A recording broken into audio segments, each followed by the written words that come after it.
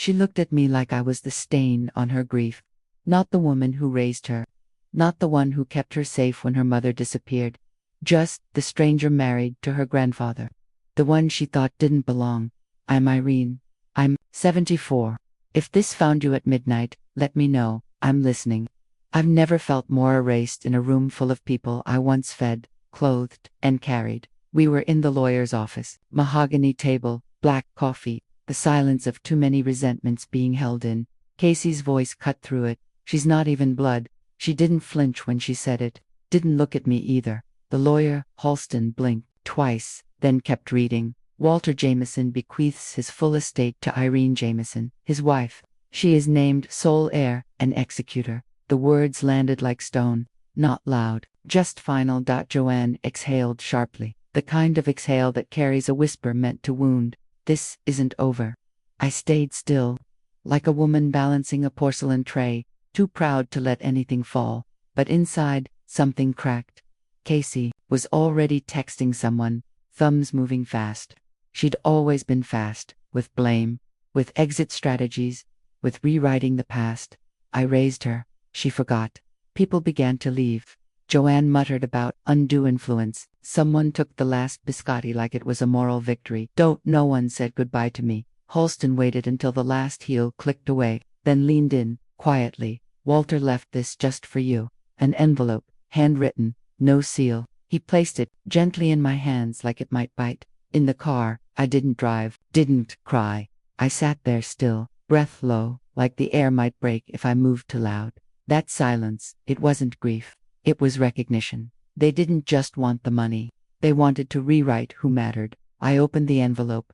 Inside was a key, small, silver, familiar. Walter used to wear it around his neck when we traveled, and a note. His handwriting, just 5 words. Protect what's yours. No instructions.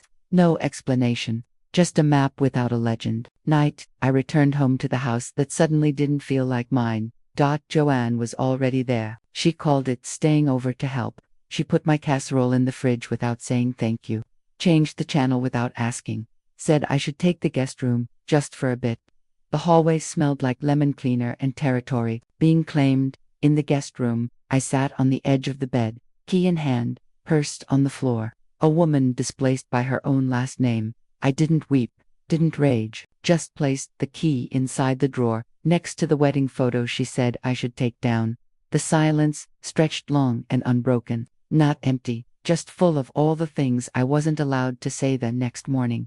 I watched Casey laugh at something on her phone, watched Joanne whisper into hers, watched the home I held together rot from the inside. The key burned in my palm like it had a purpose. Whatever Walter meant by protect what's yours, I intended to find out. There's a difference between being unwanted and being tolerated. I used to think the silence meant space. Now I know it meant, we're waiting for you to disappear. Joanne offered me a glass of water when I came in. Not tea, not a hug. Just water, no ice. The house still smelled like Walter's aftershave, but the couch was facing the wrong wall. And every photo of me was gone, except one on the mantel, turned backward. I didn't ask. I just set my purse down quietly. Even a queen knows when she's being invited as a guest. Casey sat at the dinner table with her phone glowing in her lap. Fork clinking. Scroll, scroll, scroll. No eye contact, no words. Joanne passed the bread like I was air. Eat, she said, to no one in particular. I chewed slowly. I've buried a husband. I've cleaned vomit from prom dresses. I've been called not even blood, but that dinner, that silence, that was the loneliest I've ever been in a room with people I helped raise. Later, I overheard it. From behind the door to the pantry, Joanne's voice low, sharp. They say we can contest it. Mental decline. Emotional manipulation. She's not family, she's a loophole.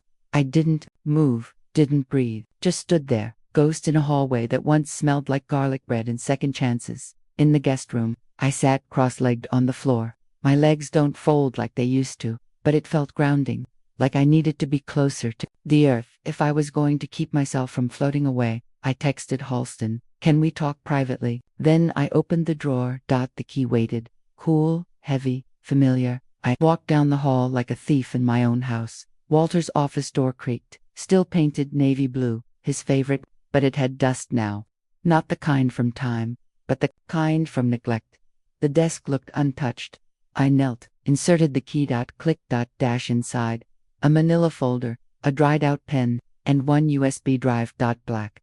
Simple, labeled in Walter's careful script. For Irene. For Casey. That last part stopped.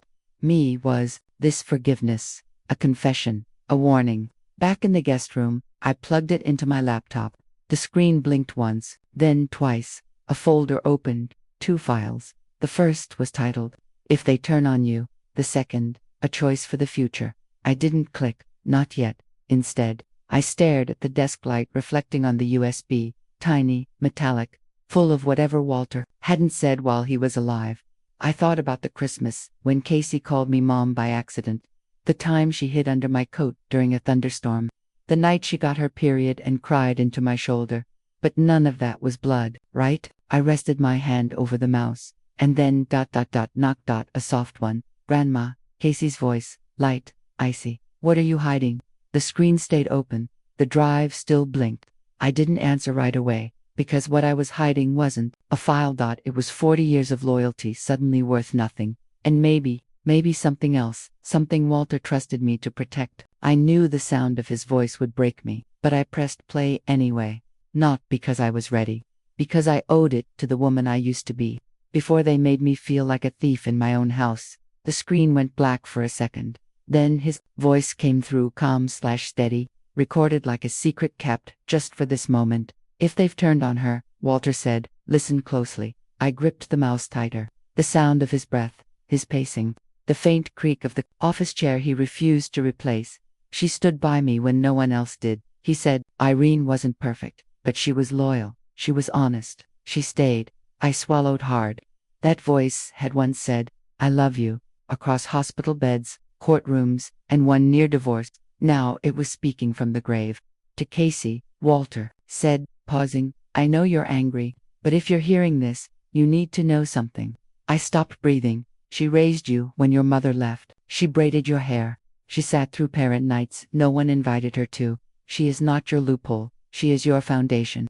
The USB blinked, tiny, steady, like it was agreeing with him. I was about to let the next file play when I heard it. Footsteps, fast, familiar, angry. Casey. I hit pause. She flung the door open like it owed her something. What is that? Her eyes snapped to the laptop. The drive. Give it to me. I stood, not tall but firm. My hand stayed on the desk. No, I said, you're hiding things again. I'm protecting them, I interrupted. The silence cracked wide between us. Old dust, old wounds, all settling in the air. She moved toward the laptop. I moved faster. I copied the file to a backup folder, then to the cloud, then to a flash drive I slipped into the back pocket of my jeans. She saw none of it because she wasn't looking for truth. She was looking for a villain. I'll share it, I said slowly. When you're ready to hear it. Her jaw tightened. She turned, didn't slam the door. Worse, she left it open, like the threat was unfinished. I sat back down. My heart didn't race. It stayed calm in that cold, quiet way. A woman knows she's just stepped into war. Opened the second file. Just the title screen. A choice for the future. I didn't press play. Instead, I stared at the blinking light on the USB. Not scared, just still. The air felt like waiting. Somewhere downstairs, a phone rang. Joanne's voice, muffled, said something about a lawyer. Then louder, yes, Violet, we're freezing the estate today. And just like that, I wasn't the only one pressing play. The lawyer called it a standard challenge. But betrayal never feels standard when it carries your last name. I didn't dress for war that day. Just a gray cardigan. The one Walter always said made me look grounded. My purse felt heavier than usual, not in weight, but in memory. Halston's office smelled like cedar and quiet judgment. He didn't smile when he saw me, just motioned to sit, like he already knew the ache I walked in with. There, claiming emotional manipulation, he said. Undue influence. I said nothing, because how do you explain to a stranger that love isn't coercion, it's persistence? He leaned forward, voice low. They won't start with court, they'll start with whispers, the press, online stories, their version first. I nodded. I knew what came next, the turning, the headlines, the twisting of decades into one convenient narrative. By the time I stepped outside, The cold hit me sharper than expected. I reached into my purse to text Casey, but the message wouldn't go through. Blocked.ie. Refreshed. Again. Still blocked. At home. The silence greeted me like it owned the lease. Joanne's voice floated from the kitchen. I'm only speaking. Off record for now, she said into the phone. But trust me, people need to know who this woman really is. I didn't storm in, didn't scream. I just sat on the stairs, hands folded, purse in my lap like a shield. I wasn't ready. To Loa, that was my moment of stillness. No tears, just breath and restraint. It felt like holding the last thread before unraveling. My phone vibratedADMA podcast producer. We'd love to get your side of the story. Care to comment? I stared at it. Typed. Let them talk. I'll keep building. Sent. Back upstairs. I opened the drawer where I'd hidden Walter's second envelope. Still uncreased. Still waiting. The key was long gone, replaced now by a different kind of unlock. I slid my finger under the flap. Inside, a single printed slip. Numbers, coordinates, a vault ID, no name, no explanation. Just a breadcrumb left for a woman who hadn't stopped following the trail. The moment was quiet. Sacred even. I closed the envelope, held it against my chest. It didn't answer questions, it didn't promise safety, but it did something better. It gave me motion. I booked the car. One-way. Joanne didn't notice. Neither did Casey. The front door closed behind me. Soft, final, not like an ending. More like a lock clicking into place. He never believed in hiding money, unless it was from the wrong people. And now, apparently the wrong people had our last name. The bank was colder than I remembered. Marble floors, brass handles, security cameras pretending to blink politely. The manager greeted me by name. She didn't ask questions, just walked me down a long, quiet hallway lined with doors like secrets. She opened vault number 312. Inside, a locked black box, and a cream folder with my name and Walter's script. The folder held a second draft of his will, not a copy, a rewrite. It listed me as sole executor again, but with one line underlined in blue, alternate beneficiary to be named by Irene. My throat tightened. A decision, not a gift. The box required a key. The manager handed it to me, small, warm, worn, smooth at the edges. He must have handled it often. Inside, birth certificates, legal power of attorney, and one yellowing note card. You choose who deserves this. I sat there, still. The vault door behind me clicked closed with a sound like trust being transferred, or maybe like time, sealing me in. Back home, I sent the documents to Holston. His reply came 5 minutes later. This changes everything. I opened a blank file. Typed, living will, Irene Jameson. Because maybe protection doesn't just come from love. Maybe it also comes from paperwork. Later, I stepped out to clear my head. At the ATM, outside the bank. Someone waved. Ava. Casey's old friend. Wore eyeliner like armor. Once called me her second grandma. She looked tired, sad, but relieved to see me. She didn't hug me. Didn't need to. Just said, they're tearing each other apart. And pretending they're doing it for him. I didn't reply. I just reached into my purse, fingers grazing the note card, the draft, the power I didn't ask for, but now held like a match. They thought they were fighting for control. They didn't realize I was the one rewriting the rules. You don't just inherit money. You inherit blame, silence, and every conversation no one finished. You inherit the ghosts people pretend were saints. By noon, the gossip blogs had already twisted the story. Stepmother secretly inherits hidden estate. One headline sneered. The anonymous tip read like Joanne's handwriting, sharp, polished, petty, and Casey. She didn't text. She posted a screenshot of Walter's obituary, with a caption, she erased him. Now she's cashing in. I sat in the kitchen, same chair, same chipped mug, same silence. The note card Walter left rested beside my phone. 5 words in his hand, you choose who deserves this. That paper weighed more than the house. I needed air, I messaged. Ava. We met at a cafe 3 blocks from where Casey first got detention for skipping gym. The cafe smelled like rosemary and burnt espresso. I wore Walter's cardigan again because I needed to feel like someone trusted me once. Ava ordered tea. I didn't touch mine. She let me talk, not like a judge, like a witness. And then she asked, do you regret raising her? I looked out the window. An old man was helping his wife with her coat. No rush, no shame, I said. I regret letting her think I owed her. Back at home, I called Halston Ava. I said, I want her added as temporary co-trustee. He paused, then said, I'll file it quietly. Later, I opened my laptop, typed one sentence into a blank post. Grief isn't a license for cruelty. I hit publish, closed the screen, and let the stillness hold me. That silence was different, not the kind they gave me at dinner, not the kind that followed secrets. This one felt earned. At dusk, I went outside. No coat, no plan. Just the porch light flickering like it couldn't decide whether to stay. My phone buzzed. A new post. Casey. Video title. She took everything. It was already trending, and I knew the war wasn't over. It had just gone viral. There's no judge here.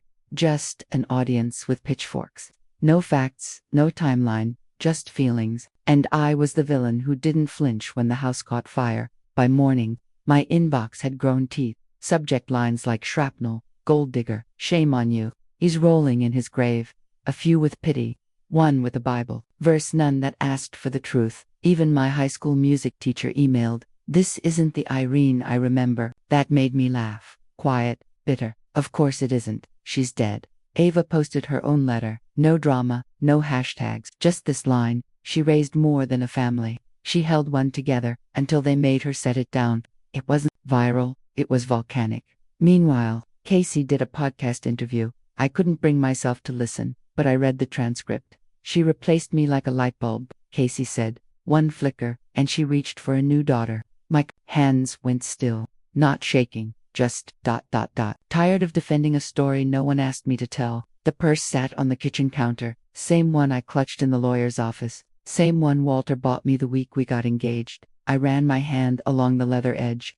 It still smelled like his cologne, like good intentions, bottled and buried. I didn't call a reporter, didn't pitch my side. I opened a blank doc. Typed, to the granddaughter, who forgot who held her hand during her first fever. I wrote about staying up through flu seasons, college rejection letters, broken hearts, and the time she totaled the Honda and made me lie to her father. I didn't ask for sympathy, I asked for memory. Within 48 hours, it had 100,000 shares. Not because it was dramatic, because it was quiet, because women like me don't usually speak, and when we do, we don't ask for anything back. That night, I sat in the living room alone. The couch sagged where Walter used to sit. The lamp flickered. I watched it dance like it knew something I didn't. Halston called just before midnight. The judge expedited the hearing. He said, "They're taking the second will seriously. Irene, your position is stronger than ever." I didn't respond right away, just looked at the note card Walter left. "You choose who deserves this." I traced the edge with my thumb. Symbol, weapon, permission slip.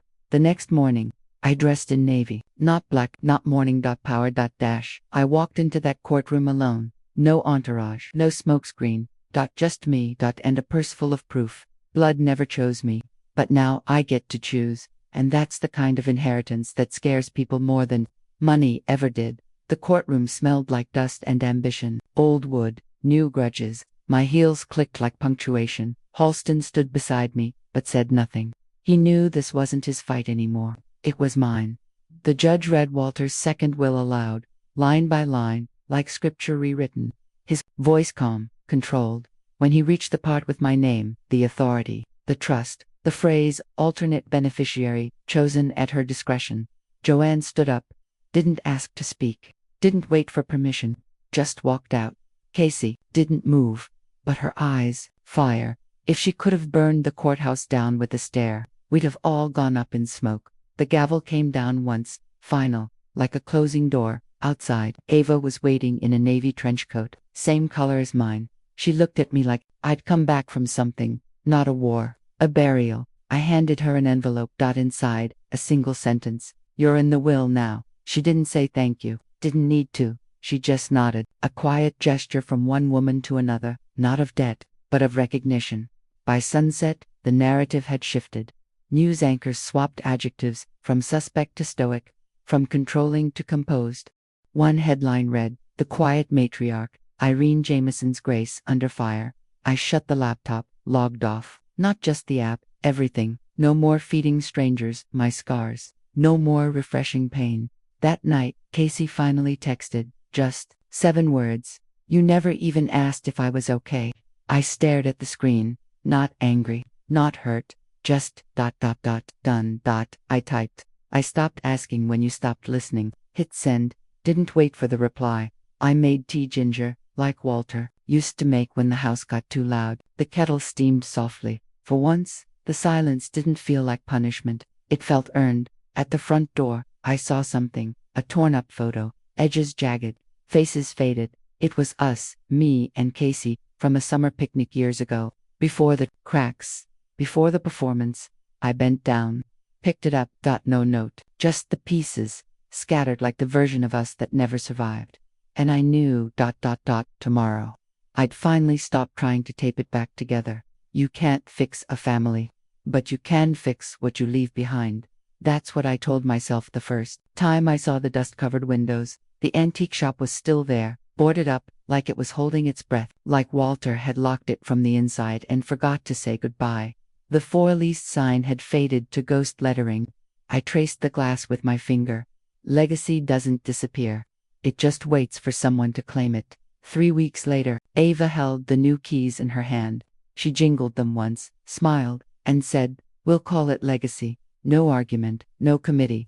Just 2 women, and an agreement sealed by exhaustion and tea. The first few days were quiet. We swept more cobwebs, then inventory. Opened boxes full of things we forgot we loved. Porcelain dogs, wedding gloves, letters from soldiers who signed off with "always yours."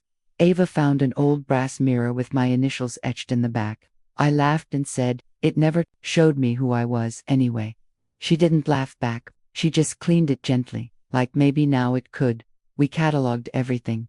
Each object had a tag, a story, a second chance. Some people rescue animals. We rescued memories. On Sundays, I hosted a writing circle. 5 chairs, no bloodlines, no resumes. Just women who had mothered children that weren't theirs and weren't thanked. We didn't write for an audience. We wrote to prove we were still here. Casey posted again. A video. Of course. Caption: "I don't know who she is anymore." She sounded tired, like the performance was slipping. One stranger commented beneath it, "You never did." I didn't reply. Didn't need to. That sentence rang louder than any defense I could write. I logged out of social media. This time, for good. My phone still worked. But I finally understood. Silence is a boundary, not a punishment. By late August, the shop had a rhythm. Ava brewed coffee before the bell rang. I arranged windows with lace doilies and clocks that didn't tick. People came in for nostalgia, left with something warmer. We didn't sell things, we returned them. One night, after we locked up, I stayed behind. The lights hummed soft, the fan turned slow. I sat on the velvet chair from our wedding registry, the one we never used because it was too nice. Now it belonged to no one and everyone. Like memory, the purse Walter gave me rested beside the till. Still held the original tag, still smelled like eucalyptus and ink. It didn't feel like armor anymore. It felt like mine. The shop door creaked once, wind, not ghosts. I didn't flinch, just sat there, let the silence wrap around me like a coat I finally grew into. That's when I saw it. A small envelope in the evening mail slot, no stamp, no return address, just my name, scrawled in handwriting I hadn't seen in months. Casey. I held it, without opening it, because sometimes closure is heavier than pain, and some letters don't need to be read to be heard. She didn't sign it. No love, Casey. No closing at all. Just a sentence mid-thought, like she ran out of breath or nerve. That was the first thing I noticed. The second was the ink, blotched in places, like maybe she cried, or maybe the pen did. "I said things I can't unsay," she wrote. "But that doesn't mean I didn't mean some of them." The paper smelled faintly like vanilla hand lotion. She always overused it in winter. That memory showed up without asking. Her words wandered. No apology, but pieces of one.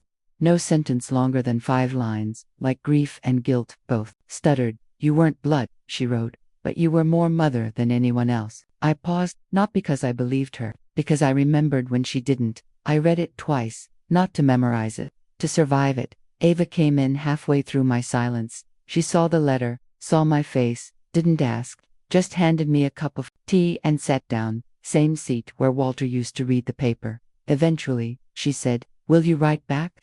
I stared at the envelope again. It looked thinner now. Not yet, I said. Maybe never. Later that night, I slid the letter into a small cedar box, the one where Walter kept passport copies, heirloom rings, and a single photo of his mother he never talked about. It used to be his will box. Now it was mine. I locked it, not to hide it, to protect the version of me that didn't need to read it again. The next morning, I rewrote my trust, that used to be sterile, bank numbers and legalese. Now it had a heartbeat.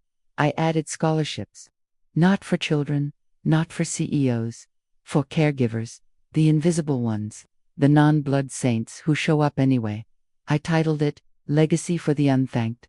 Halston cried when I emailed it. He called it noble, I called it overdue. The store opened that Saturday. Lines curled around the block, a mix of curiosity and ghosts. People came in looking for clocks, came out with closure. The bell rang nonstop. A girl with paint-stained fingers picked up a locket. Was this real? She asked. I told her. It belonged to someone who survived heartbreak and still packed lunches. She held it up. My stepmom raised me, she said, then smiled. Not the kind for selfies. The kind that forgives something. I smiled back. It was the first time I saw a full circle wear earrings that night. I swept the shop floor in silence. The light hit the brass mirror Ava had polished months ago. For the first time, it reflected clearly. I saw myself, not younger, not prettier, just whole. Back at the counter, I turned off the lamp. The purse Walter gave me still sat in its spot, like a compass that had finished pointing. And on the windowsill where we used to stack unpaid invoices, sat one daisy. Fresh, planted in a chipped cup from aisle 4. No tag, no notes. Just presents. N. Sometimes, that's the loudest piece you get, she said. I replaced her, but the truth is, I chose myself for the first time, and the echo of that choice still rings louder than any apology I never got. The day I finished my living will, the notary said, "You sure about all this?" I nodded once, then slid the final page across the table. Bold ink, no hesitation. Every penny, every brick, every bit of proof that love isn't measured in chromosomes, signed over. To those who mother with no map. I didn't tell Casey, not because it was petty, because it was peace, a peace she never asked for, and I stopped offering, that night. I pulled out a leather-bound journal Walter once gave me for our 5th Christmas. Blank pages, gold trim. He called it too pretty to write in. I started, scribbling anyway, words I'd never said aloud. Images from summers no one documented. Poems shaped like sighs. I titled it, The Grandmother Clause. Ava found it a week later, half finished on the shop's back counter. She asked if she could read it. I said, "If you promise not to fix the punctuation."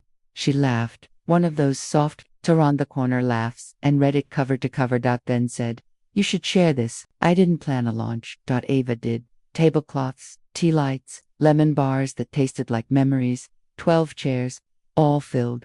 People brought their own stories like they were currency. I'd sent 15 copies before I realized I hadn't thought about Casey once. That was the twist, not her absence. My calm. One woman clutched the book like it was a relic. She whispered, "This is the first time I've seen myself in something someone didn't apologize for." I smiled, but inside, I cracked open. The good kind. Days later, a small headline ran in the Tribune. She wasn't blood. She was more. No dramatics. Just a story about the store, the book, the trust. They called me Irene Jameson, community matriarch. Walter would have rolled his eyes and said, "Took them long enough." I closed my final bank account, stood in line behind a teenager, buying soda and a lottery ticket. When the teller asked why I was transferring everything to a nonprofit, I said, "To invest in those who don't inherit." She blinked twice, then said, "I wish my aunt had someone like you." I didn't cry, I didn't flinch, I just slid the check across the counter, like it was a seed I knew would bloom. That evening, the shop lights dimmed. Ava wiped down the counter. I lit a single candle and placed it next to the register. No ceremony, no speech. Just warmth. I walked home alone, past porches glowing with second-hand joy. When I reached my door, I paused in my pocket. The brass key Walter carved our initials into. It used to unlock our first apartment. Now, it locked nothing. Still, I kept it. Some symbols don't expire, they just retire. Inside, the living room smelled like pine and old paperbacks. I poured tea, cinnamon this time, sat down beside the cedar will box, opened it, just to see.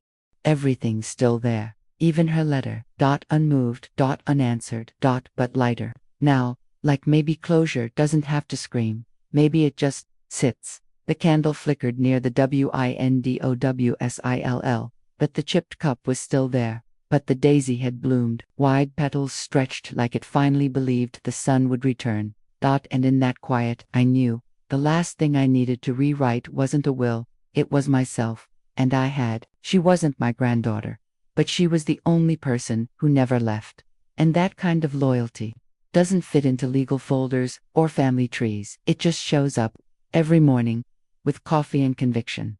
The first time I handed Ava the shop keys, I thought my hands would tremble. They didn't, because some endings don't ache, they exhale. No instructions, no clipboard, no just-in-case lists taped 2 drawers. I let go. Fully. And the strangest part, I liked the silence that followed. Ava took to the shop, like memory had muscles. She rearranged the register so it faced the front. Said, "We greet people now, not guard them." She placed the cedar will box behind the counter. Not hidden, just home. I came in one afternoon, unannounced. A customer stood near the mirror, the one Ava polished, the one that finally showed me whole. He held a record sleeve in his hands and said to no one in particular, "This place was on that podcast. About the woman who left everything behind." He didn't know I was the woman.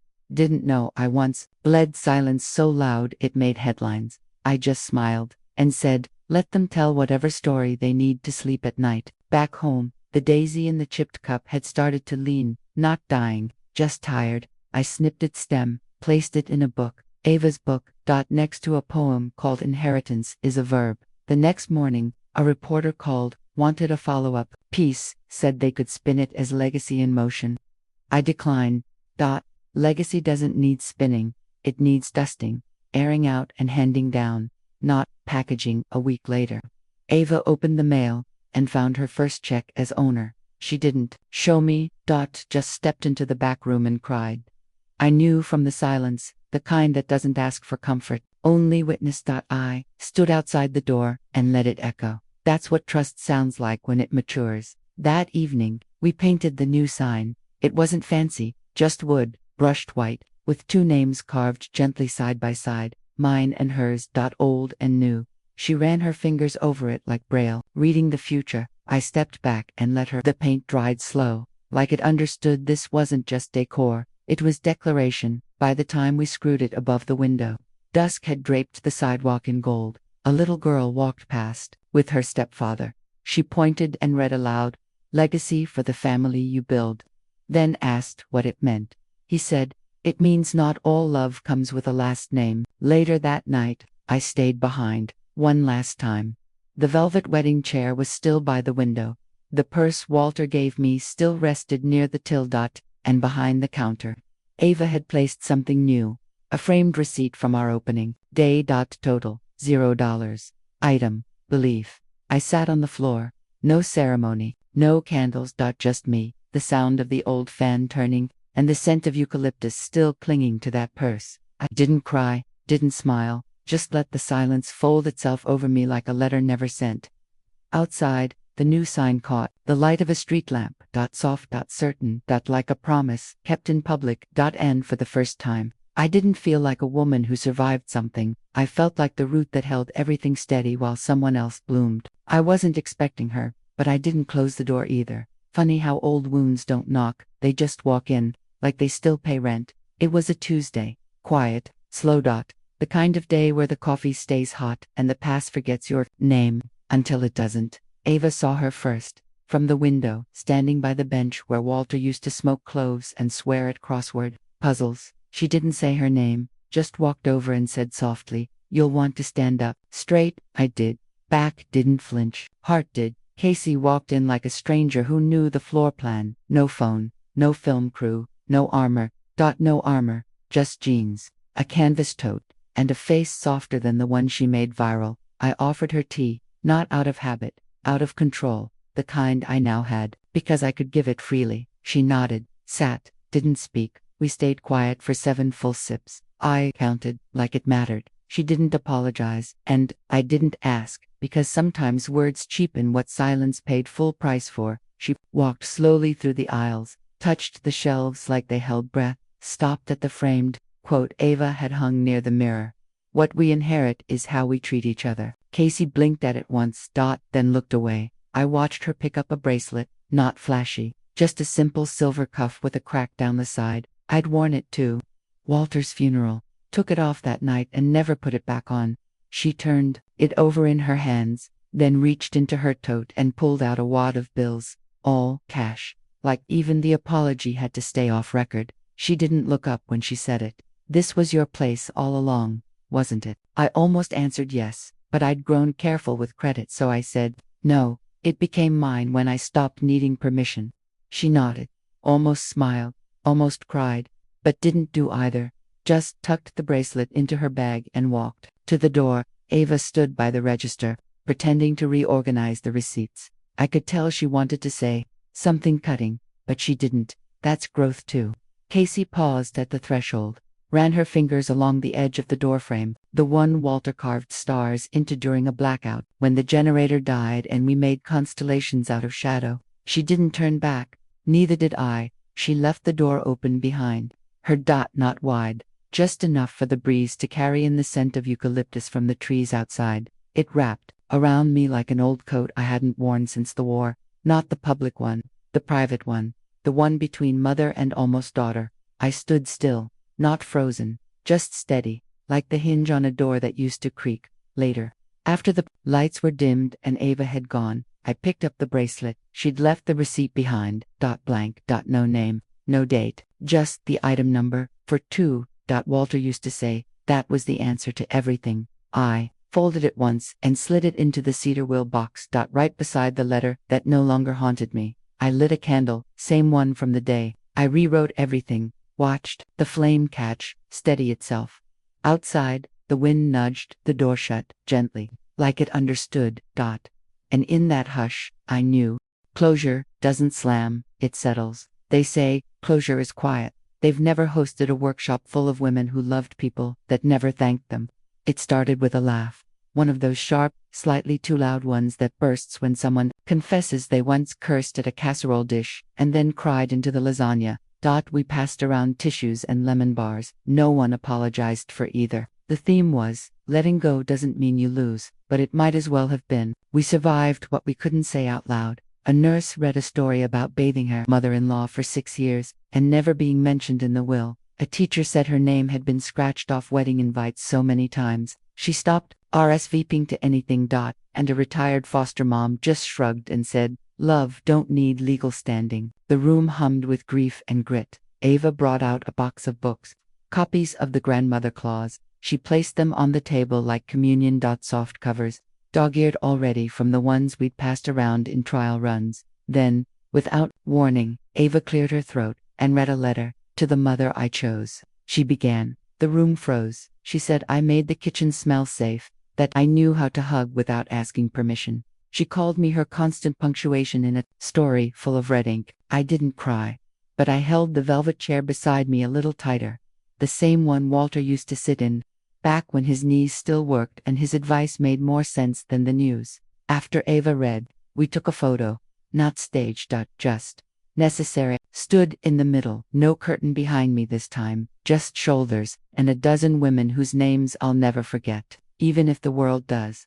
Later that week, I filed the final update to the trust. One beneficiary, no conditions, no legal puzzles, for someone else to untangle, just Ava. The lawyer blinked twice, asked, no backups. I said, I chose once, that's enough. He stared like I'd miscalculated, but I hadn't. I'd recalibrated. That night, I stayed at the shop a little longer. The sign outside flickered, caught the wind, stilled again. Inside, I packed up the extra chairs, folded the napkins Ava insisted on ironing, even though no one noticed. By the door, a little boy had left a crayon drawing. It was of the shop windows too big, roof too bright, and a woman inside waving. Not me, Ava. I taped it beside the mirror, the same mirror that used to show me aging, and now showed me legacy. I turned off the lights, one switch at a time, not rushed. Not CEREMONIOUS, just Reverent. Like blowing out candles at a birthday you never thought you'd live long enough to celebrate. The chair stayed where it was. The purse stayed too. But beside it now, tucked neatly in the cedar box, was a single post-it from Ava. Read, everything I learned about love, I learned from watching you stay.